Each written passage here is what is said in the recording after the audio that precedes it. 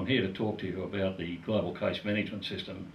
Many of you would be aware that over the last 2 months and that we have been conducting substantial in-depth audits. And that the purpose of the audits is to see that partners and that are compliant and that with the requirements of the service agreement that exists between GCS and all of the partners.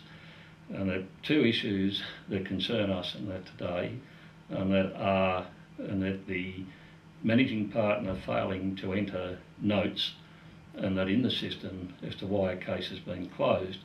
If you close a case, you have to enter the details as to why that case was closed, whether it was successful, and in the transactions section you need to show what the amount collected was. If it wasn't collected, then the appropriate closing note, and that will show why you've closed the case.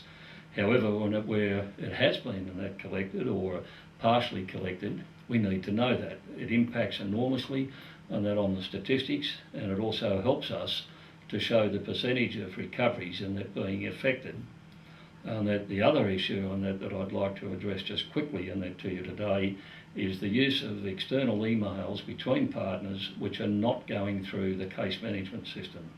The entire purpose of the system, which by the way is costing that over $1.5 million to develop, and every month is having the continual upgrades and improvements added, and that is there and that to provide a complete record of the transactions on every single case for all time.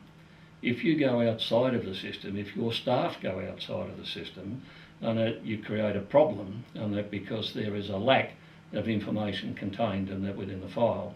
So we're asking you that to assist us, and that we're asking and that all that of our partners, staff that are involved in the management and that of international global cases to ensure that they comply with these requirements and that they do and they complete and that the entries to the case management system in a proper and correct way.